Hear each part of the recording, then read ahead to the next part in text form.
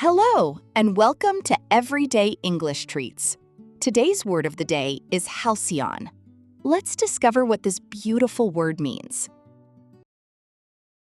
Halcyon describes a peaceful, happy, and carefree period of time.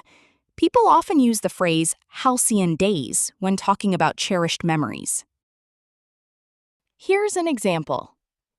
She often thinks about the halcyon days of her childhood spent by the seaside.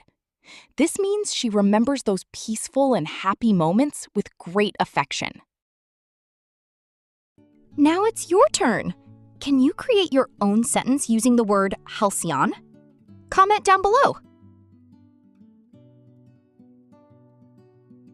Happy learning with Everyday English Treats.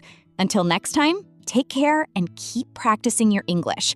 Learn a little, speak a little, and grow a little every day. See you soon!